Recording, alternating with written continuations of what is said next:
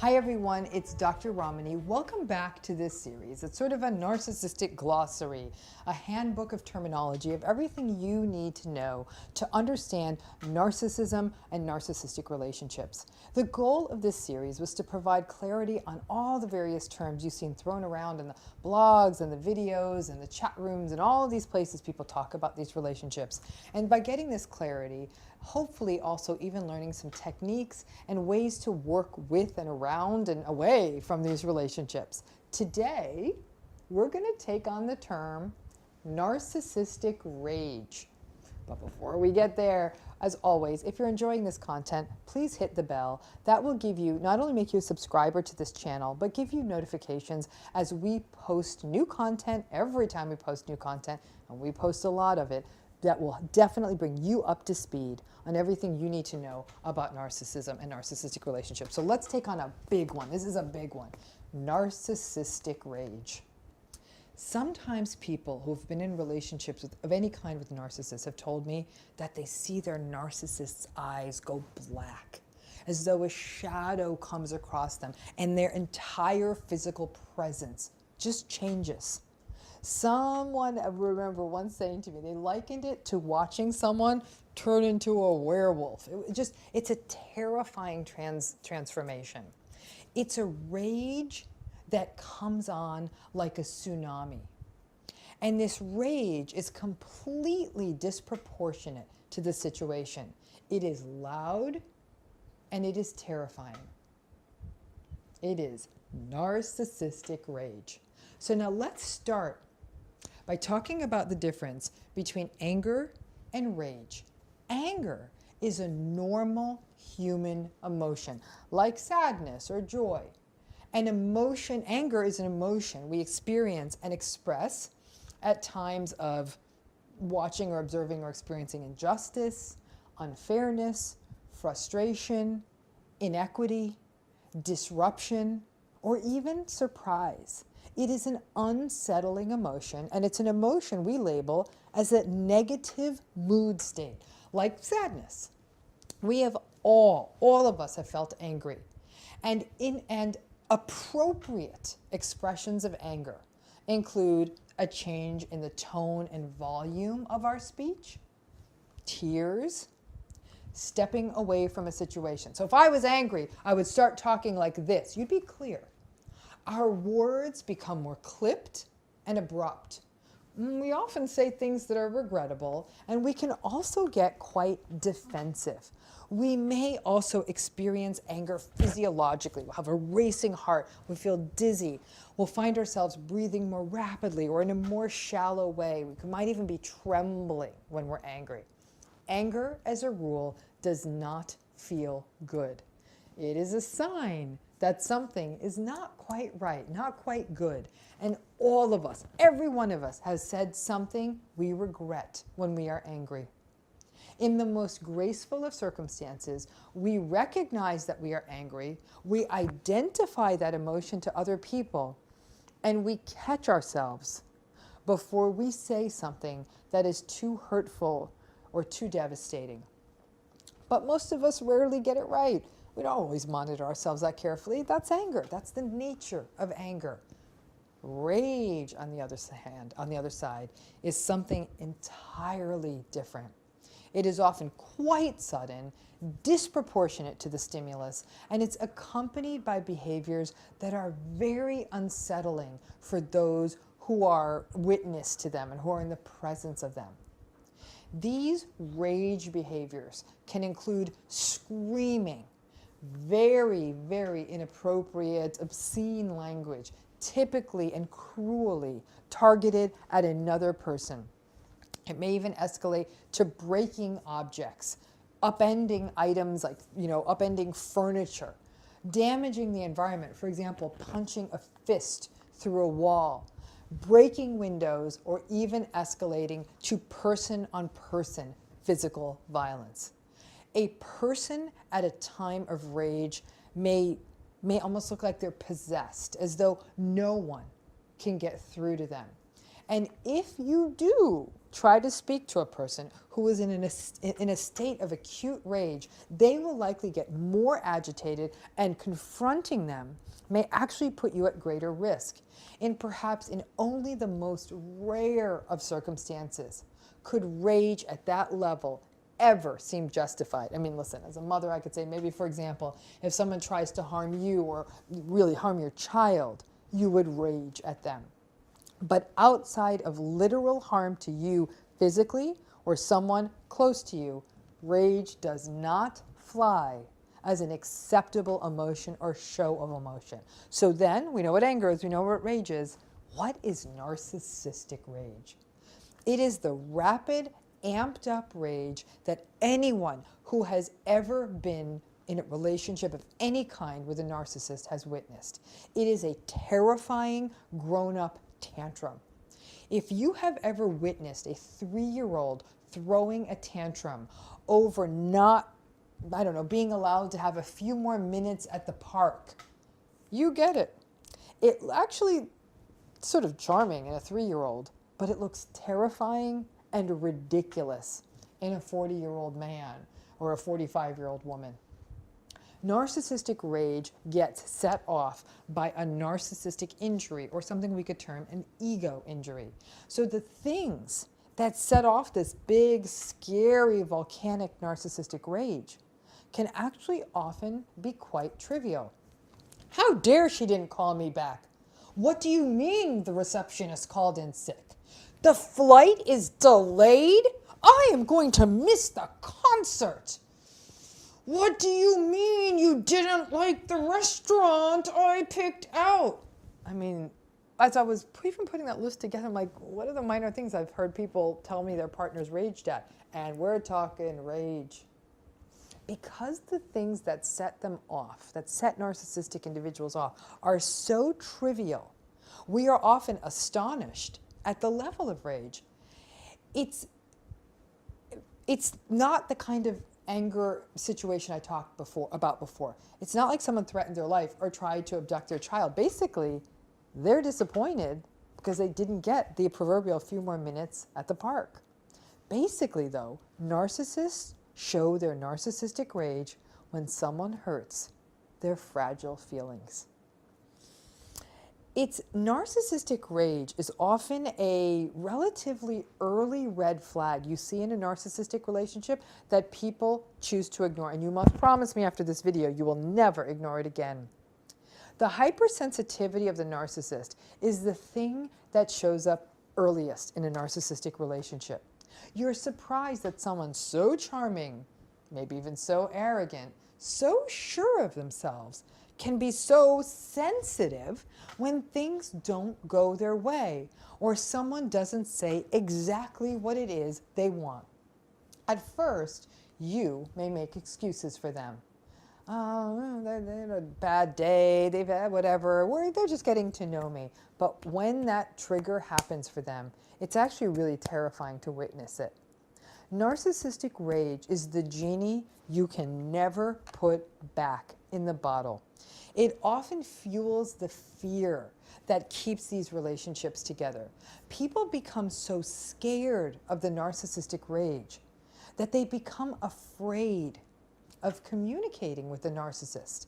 They never want to let the narcissist know about things that, that would be potentially disappointing. Nobody really wants to be the messenger with the narcissist in case the news is bad or not what they want to hear. And then people become afraid of the rage the narcissist will show if you've decided, for example, you've had it with all their shows of anger and you decide you want out. Their rage almost becomes like a prison of sorts. And people can spend a lifetime appeasing a narcissist just to avoid their rage. It is the same as allowing a 3-year-old child to eat cookies for dinner and set their own bedtime because you're afraid of their tantrums. Here's the difference. With that 3-year-old, it's just going to get noisy. With a narcissist, if you keep enabling their tantrums, it will destroy your life. Now, many of you grew up with narcissistic parents, and you saw firsthand that narcissistic rage as a child.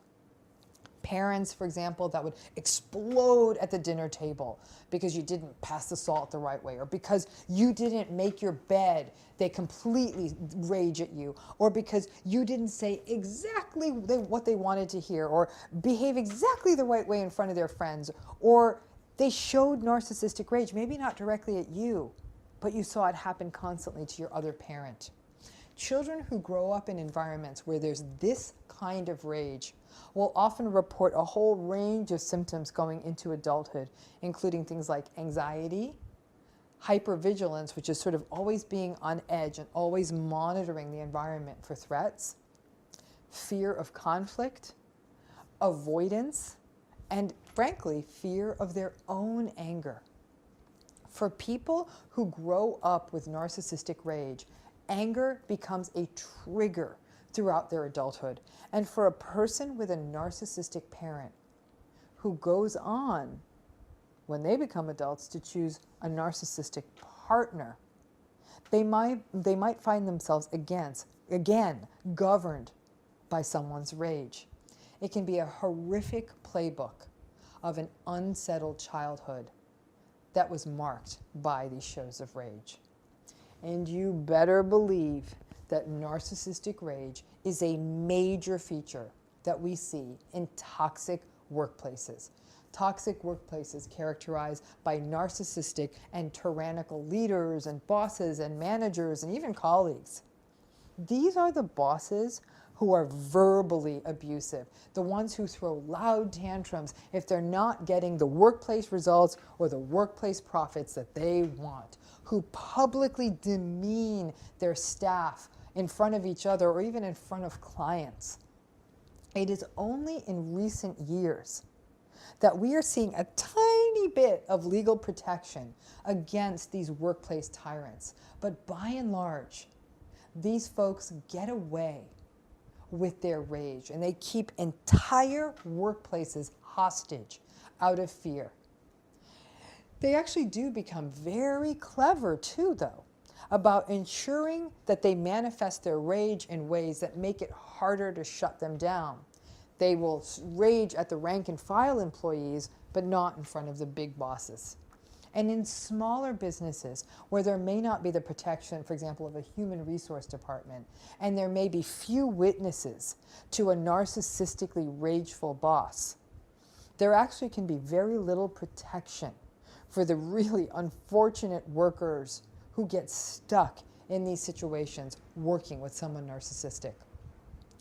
Many narcissistic bosses manage to be serial offenders, and they get away with it through clever things like non-disclosure agreements, settlements that require any form of non-disclosure. Basically, you can't talk about what happened. Or it may even be the employees, your colleagues, that show the rage.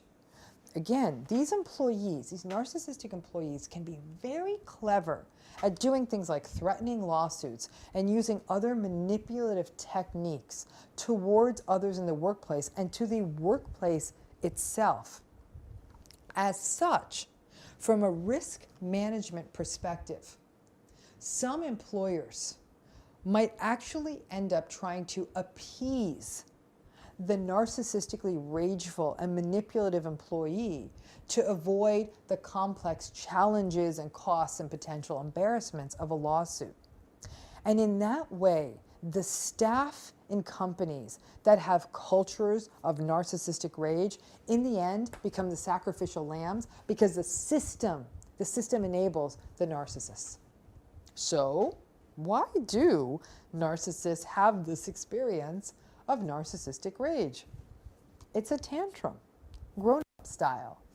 Short answer, they do this because they didn't get their way.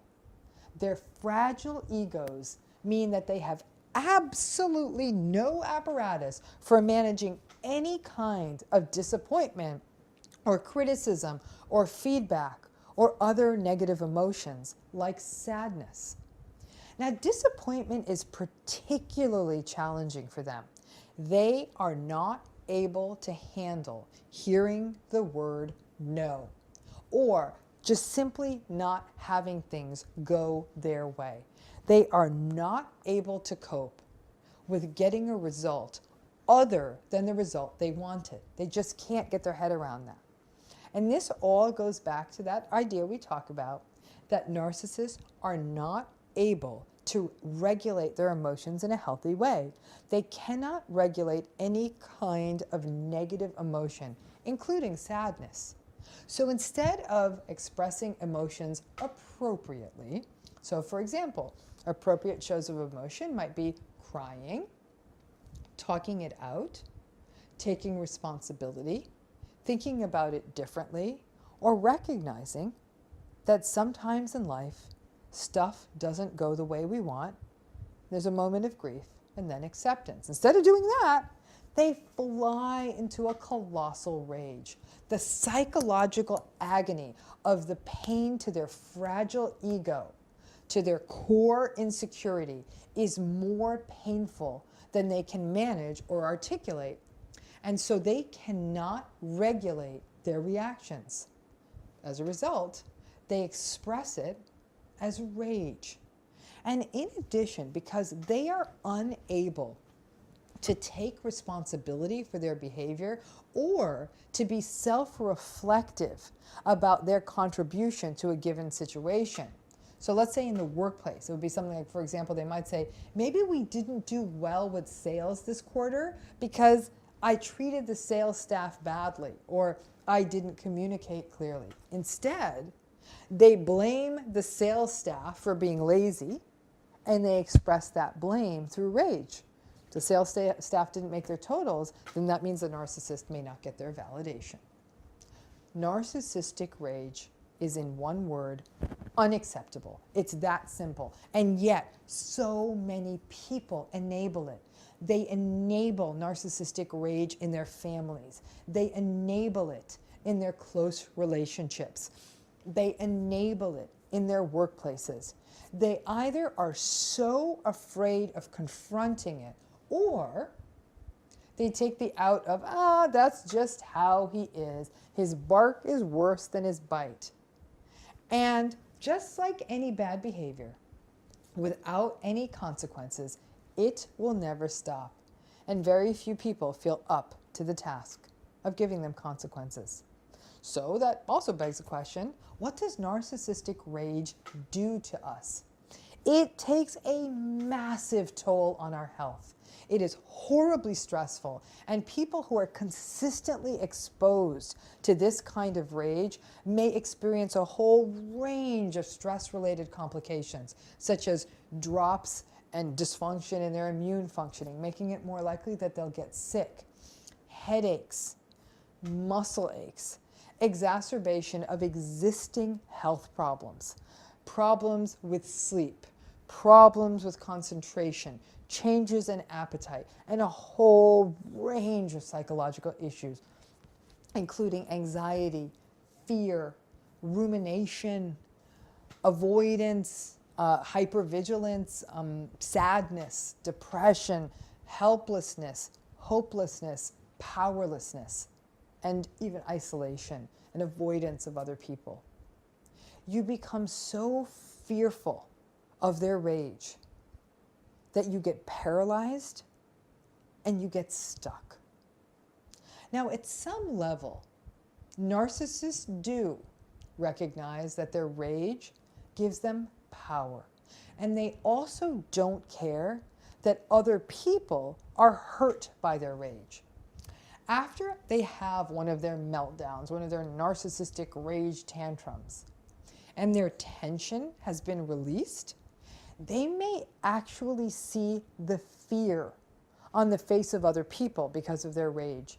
And instead of apologizing to the other people, they will rationalize their episodes of rage and say, don't take me so seriously when I'm like that. I just need to let out some steam, which feels a little gaslighty. Basically, they have no empathy for the pain that they cause other people. I mean, to give you kind of a gross example, it's as though they just vomited all over the place. They feel better now that they got it out. And now they expect other people to clean up the mess. Now, many people wonder if it is inevitable that narcissistic rage would escalate to violence. Now, keep in mind that violence means lots of things. Violence isn't just someone hitting you. Violence also includes things like throwing objects, punching walls, breaking windows, slamming doors, pushing, or God forbid, kicking a pet, driving in a manner that's dangerous. These are all things that qualify as violence. And it's also worth noting how often narcissists will use their size to express their rage. They'll draw to their full height and tower over you if you are sitting down, using their gestures in an intimidating manner, banging their fist on something to make noise.